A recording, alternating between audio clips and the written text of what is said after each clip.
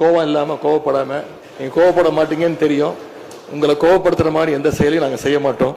இன்னைக்கு எதிர்க்கட்சி தலைவராக இருக்கிற நானும் ஒரே காலேஜ்ல நாம படிச்சிருந்தாலும் அரசாங்கத்தை நடத்துறதுல திமுக தான் சீனியர் பேட்ச். அது உங்களுக்கு தெரியும். 1967 ஆட்சிக்கு வந்தது திமுக தான். நாங்க தான் சீனியர்ஸ். அந்த அடிப்படையில் எங்களுடைய நாலேஜையும் எக்ஸ்பீரியன்ஸையும் நாங்க ஷேர் பண்ணிக்க ரெடியா இருக்கோம். அதை ஏத்துக்க நீங்களும் தயாராக இருங்க.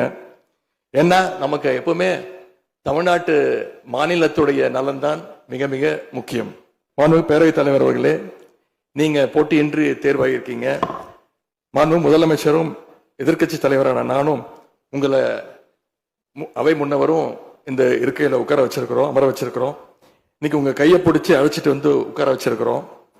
இனி எங்க ரெண்டு தரப்பையும் நீங்க தான் கையை பிடிச்சி அரவணைச்சு, கோவம் இல்லாம கோவப்படாம, நீங்க கோவப்பட மாட்டீங்கன்னு தெரியும்.